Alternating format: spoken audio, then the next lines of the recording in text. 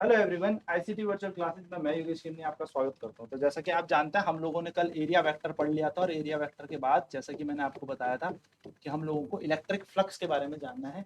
Electric flux क्या होता है, तो चलिए इसी पर बात करते हैं। तो एरिया वेक्टर हमने देख लिया था। नाउ एक दूसरी बात करेंगे हम छोटी सी कि इलेक्ट्रिक फ्लक्स क्या होता है। इलेक्ट्रिक फ्लक्स, तो इसको हम फाई ई से डिनोट करते हैं। फाई ई हमारा इलेक्ट्रिक फ्लक्स। नाउ क्या होता है इलेक्ट्रिक फ्लक्स, जरा इस पे भी चर्चा कर लेते हैं। देखिए, the number of the field line, the number of the field line the number of the field line passing through the number of the field line passing through a surface placed perpendicularly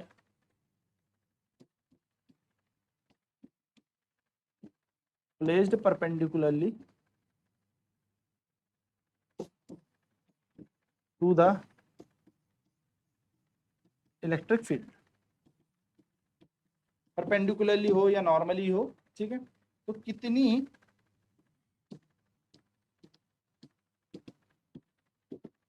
electric field lines किसी surface area से पास होकर गई हैं, वो बताता है उसका electric flux, ठीक है।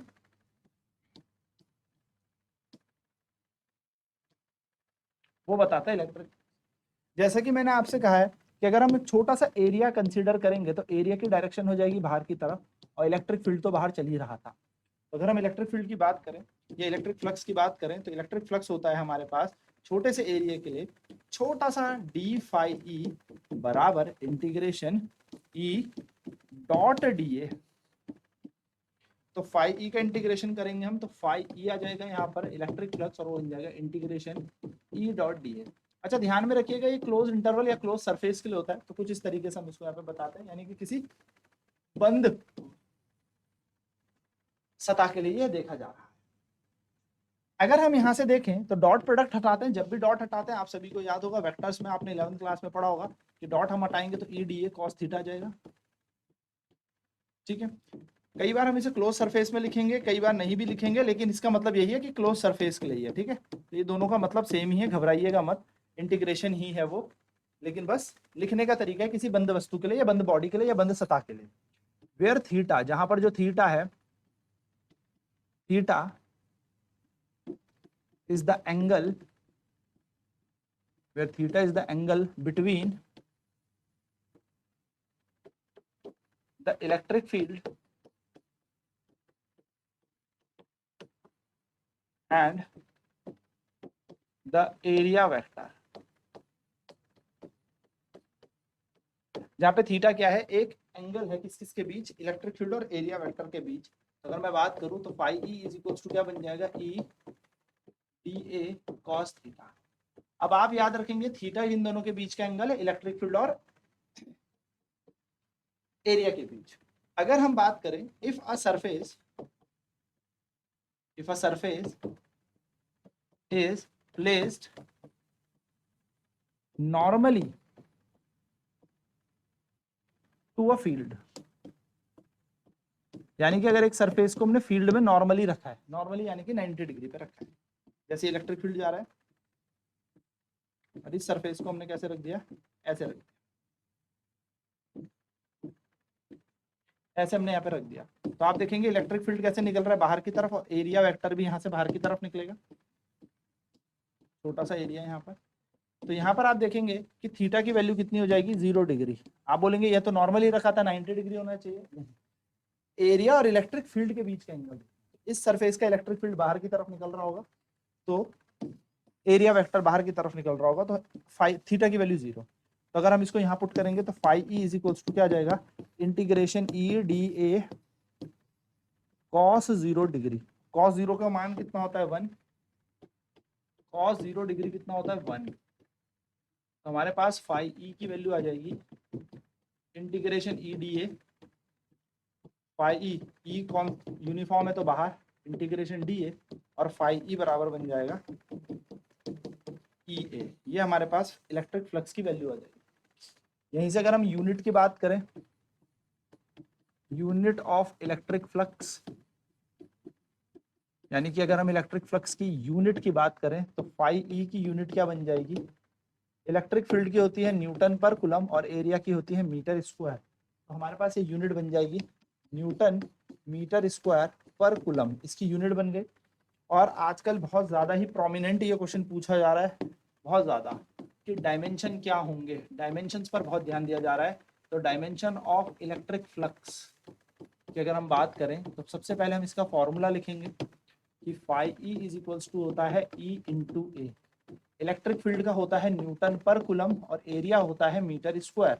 न्यूटन के लिए मैंने आपको डायमेंशन याद करवाया है ml t माइनस 2, एल का स्क्वायर हो जाएगा मीटर का स्क्वायर, और कुलम के लिए हम लेते हैं AT, यानी कि यहाँ पर डायमेंशन अगर हम देखेंगे तो बन जाएगा m L square into L, L cube, T की पावर माइनस का 3, क्योंकि जब ये टी ऊपर जाएगा तो 2 माइनस में था, -3 हो जाएगा, ए की power -1, and this is the dimension of electric flux. ये डायमेंशन होता है इलेक्ट्रिक फ्लक्स का। तो ये छोटी सी बात आपको ध्यान में रखनी भी है, क्योंकि ये क्वेश्चन पूछा जाता है।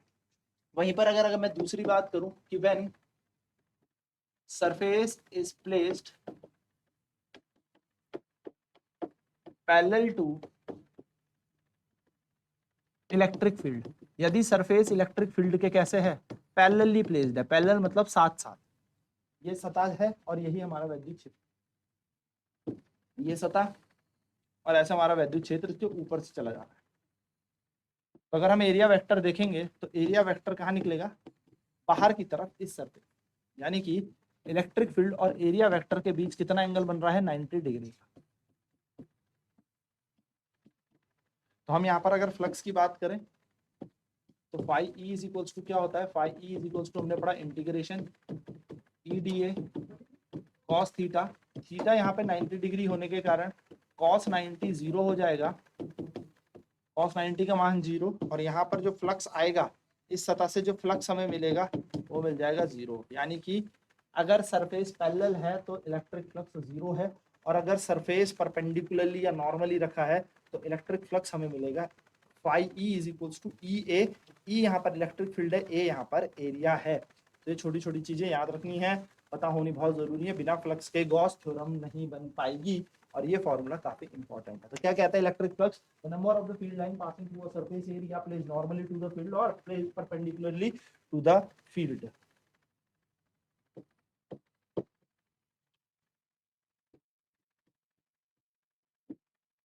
चलिए प्रॉब्लम नोट करते हैं।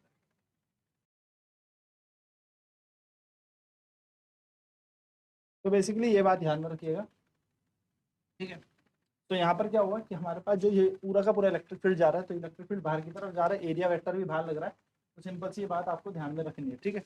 तो D phi is equals to integration E dot d A हमारे पास आ जाएगा, और यहाँ पर डी का इंटीग्रेशन आपको पता है डी फाई का फाई ई बन जाएगा, और यहाँ पर डॉट हटता है तो क्या आता है, कॉस थीटा आता है। तो यहाँ पर बन जाएगा फाई ई बराबर ई डॉट डी ए या E D A cos theta. Theta क्या है यहाँ पर, थीटा है यहाँ पर angle between electric field and the area vector, यानी कि एरिया वेक्टर और इलेक्ट्रिक फील्ड के बीच का हमारा क्या है, ये एंगल है, ठीक है।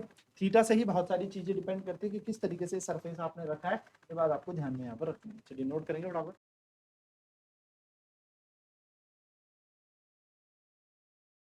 तो थीटा यहाँ पर क्या हो गया, एंगल हो गया इलेक्ट्रिक फील्ड और एरिया वेक्टर के बीच। अब थीटा के ऊपर ही निर्भर करता है। तो अगर माना सरफेस प्लेस्ड है नॉर्मली टू द फील्ड, यानी कि फील्ड के परपेंडिकुलर मैंने सरफेस रख दिया, एकदम लंबवत रख दिया, तो फील्ड क्या करेगा, इसको चीर के अंदर से बाहर आएगा सरफेस के, एरिया वेक्टर भी बाहर लग रहा है, यानी कि दोनों के बीच का जो डायरेक्शन है वो सेम है, फाई इक्वल टू 0। तो फाई ई की वैल्यू कितना जाएगा, ई डी ए कॉस 0। 0 क्यों, क्योंकि इन दोनों के बीच का एंगल है, दोनों साथ लग रहे हैं।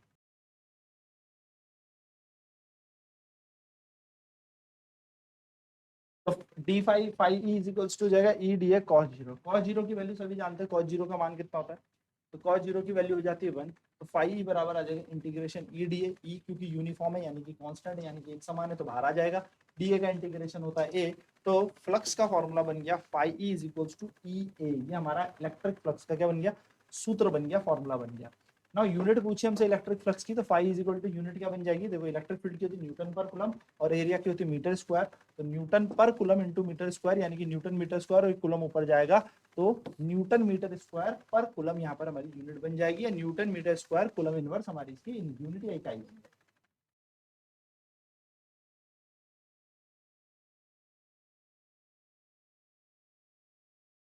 तो डायमेंशन ऑफ इलेक्ट्रिक फ्लक्स अगर निकाले जाए तो phi is equals to E A, ई बराबर हो जाएगा न्यूटन पर कूलम इंटू मीटर स्क्वायर, हमारे पास सिंपल सी इसकी यूनिट है, तो न्यूटन के लिए हम लिखते हैं M L T minus two, ये याद कर लो, M L T minus two क्या होता है, यूनिट डायमेंशन होता है न्यूटन के लिए एल स्क्वायर मीटर का स्क्वायर, और नीचे आया ए टी, तो बन जाएगा M L square T minus two into आई ऊपर जाएगा, तो ए इंटू टी, टी की पावर -1 होगा, ए भी -1 में जाएगा, तो मल्टीप्लाई होकर क्या बन जाएगा M L cube T minus three A minus one, ये हमारा डायमेंशन बन जाएगा इलेक्ट्रिक।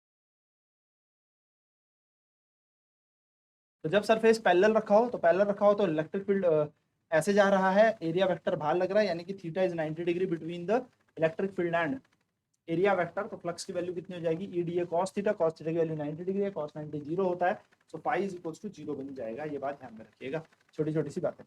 नेक्स्ट बात करते हैं आगे क्वेश्चन पर, तो क्वेश्चन क्या आ रहा है, a surface a surface is placed, a surface of surface area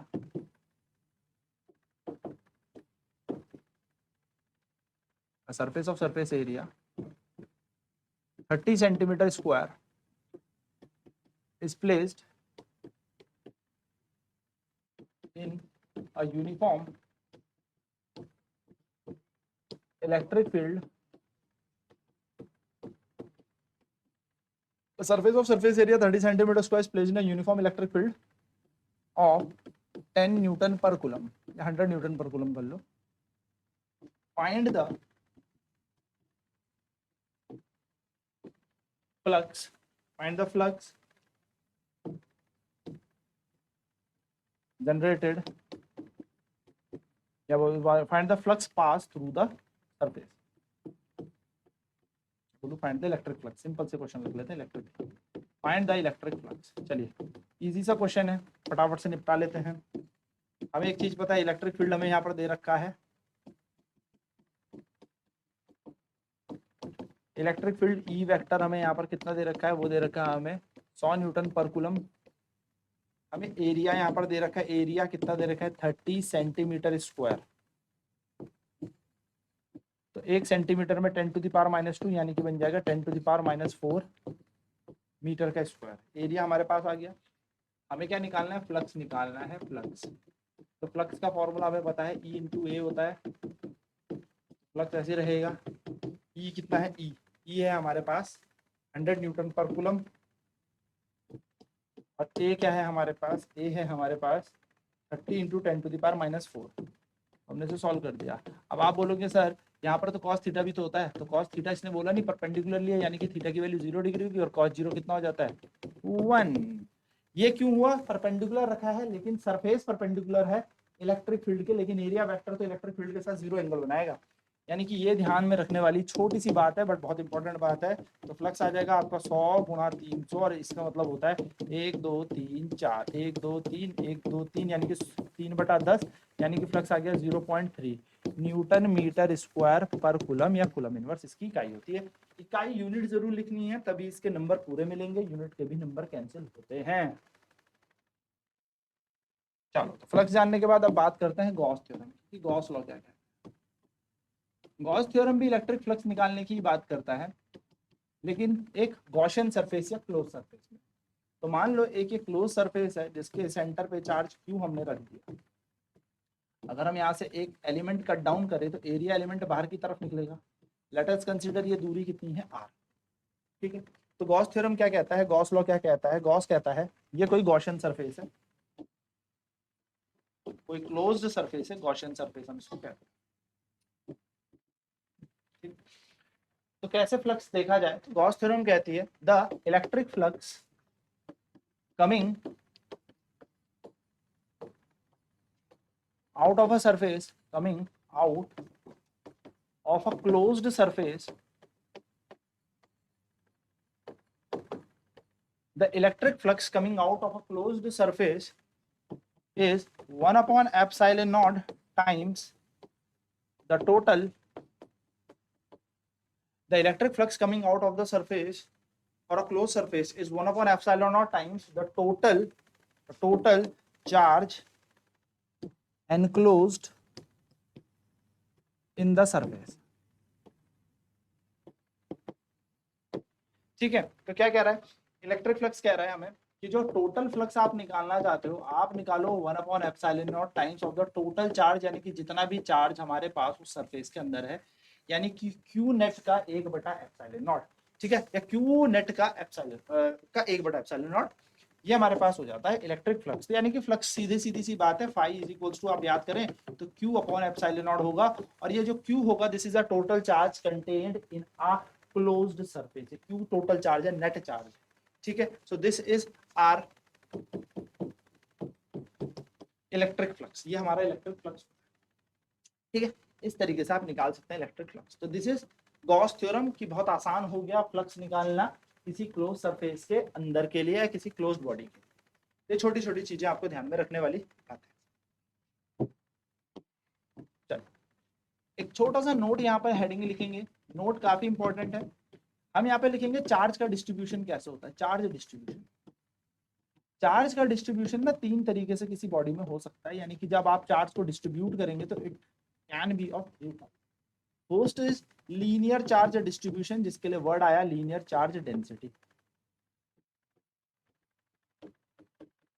which is termed as or which is referred as lambda. Second is surface charge density.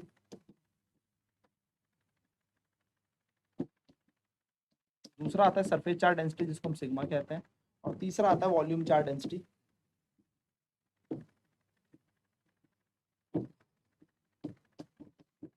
That is rho. सबसे पहले अगर हम बात करें linear charge density which is known as lambda, तो ये क्या होता है? देखो, जब चार्ज को हमने किसी लंबाई पे बांट दिया, यानी कि हम कहेंगे charge per unit length, charge per unit length को हम क्या बोलते हैं? लैम्डा बोलते हैं। यानी कि अगर हम लैम्डा की बात करें तो ये हो जाएगा चार्ज कितनी लंबाई पर डिस्ट्रीब्यूट किया गया है, यानी कि अगर हम इसकी यूनिट पर बात करें तो चार्ज की हो जाएगी कूलम और इसकी हो जाएगी पर मीटर, तो कूलम पर मीटर होता है।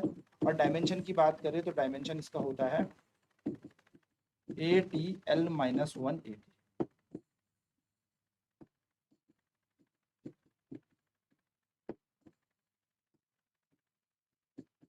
L-1 AT इसका डायमेंशन होता है, ठीक है, ये बात ध्यान में रखिएगा। दूसरा अगर बात करूं सरफेस चार्ज डेंसिटी क्या होता है,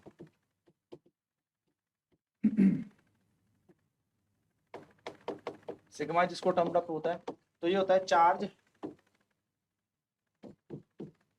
per unit area, charge per unit area. तो सिग्मा बराबर हो जाएगा कितना चार्ज का डिस्ट्रीब्यूशन हो कितने एरिया का। अगर हम इसकी यूनिट की बात करें तो यूनिट बन जाएगी इसकी कूलम पर मीटर का स्क्वायर, कूलम पर मीटर स्क्वायर यूनिट बन जाएगी। डायमेंशन की बात करें, क्योंकि डायमेंशन हमें पता होने चाहिए,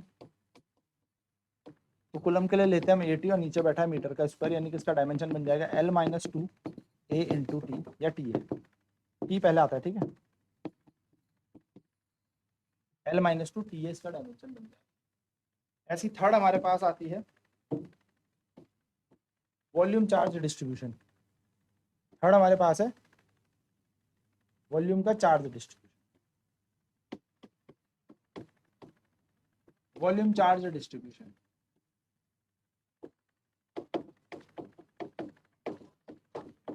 जिसको हम रो कहते हैं, तो ये होता है चार्ज डिस्ट्रीब्यूशन पर unit volume, charge per unit volume, यानी कि रो जो होता है वो होता है Q बाई V। Q क्या होता है, यूनिट क्या होगी इसकी कूलम पर मीटर का क्यूब, ठीक है। और अगर इसके डायमेंशन की बात करूं तो कूलम के लिए हम यूज करते हैं AT, नीचे आ जाएगा L का क्यूब, तो ये बन जाएगा L-3 A इंटू टी, ये डायमेंशन बन गया। सारे डायमेंशन याद रखना, AT कभी नहीं होता, ये बात याद रखना, टी लिखते हैं ना, पहले टी लिखते हैं, फिर हम जब भी डायमेंशन लिखते हैं एम एल टी की फॉर्म में लिखते हैं, उसके बाद ए थीटा जो भी आएगा वो आएगा।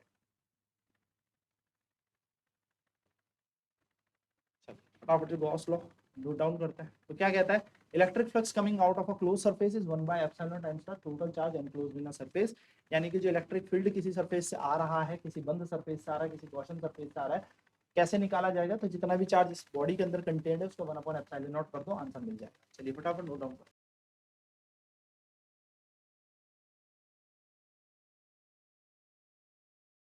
तो phi is equal to Q net upon 1 upon epsilon naught, तो Q net by epsilon naught या क्यू अपॉन एप्सिलॉन, यूनिट तो सेम ही होगी, न्यूटन मीटर स्क्वायर पर कूलम, तो ये हमारे पास इसकी यूनिट हो जाएगी। बात करें अगर चार्ज डिस्ट्रीब्यूशन का, तो हम क्या कर सकते हैं, चार्ज को बांट सकते हैं अलग अलग बॉडी में अलग अलग तरीके से। तो जैसे सबसे पहला है यहाँ पे लीनियर चार्ज डिस्ट्रीब्यूशन, जिसके लिए हमारे पास वर्ड आया लीनियर चार्ज डेंसिटी, जिसको हम लैम्डा बोल रहे हैं। सेकंड है लीनियर चार्ज के बाद आता है सरफेस, यानी कि जब हम एरिया में बांटेंगे तो सिग्मा हमने इसको लिखा, और वॉल्यूम चार्ज डेंसिटी होता है रो, यानी कि जब हमने क्या किया, इस चार्ज का डिस्ट्रीब्यूशन ओवर द वॉल्यूम हमने कर दिया। तो लीनियर चार्ज डेंसिटी होती है चार्ज पर यूनिट लेंथ, यानी कि क्यू बाय एल, यूनिट होती है कूलम पर मीटर, डायमेंशन होगा कूलम के लिए 80, और लेंथ ऊपर जाएगी तो माइनस का 1 लेके जाएगी, तो L माइनस 1 80। चार्ज डिस्ट्रीब्यूशन अगर आपको देखना है सरफेस में, तो it is sigma q by A, क्यू के लिए अपन के पास यूनिट होती है कूलम, एरिया के लिए मीटर स्क्वायर, डायमेंशन हो जाएगा L की पावर -2 80 या टी है जो भी आप लगा सकते हैं, ठीक है। And the third is volume charge density, जिसको हम क्या बोला, रो बोला। तो rho is charge per unit volume, और यहाँ पर हमारे पास क्या है, कूलम पर मीटर क्यूब, तो 80 अपॉन एल क्यूब, तो हमारा डायमेंशन बन जाएगा L-3 टी है। तो इस तरीके से आप क्या कर सकते हैं, चार्ज का डिस्ट्रीब्यूशन। अब क्यों ये इंपॉर्टेंट है, क्योंकि गॉस लॉ से ना इलेक्ट्रिक फील्ड निकालना किसी बॉडी के लिए बहुत आसान हो गया, और नेक्स्ट क्लास में यही देखेंगे with the help of these charge distribution, how to calculate the electric field through the different different bodies. आज की क्लास में इतना ही। आईसीटी वर्चुअल क्लासेज में जुड़ने के लिए धन्यवाद आपका दिन।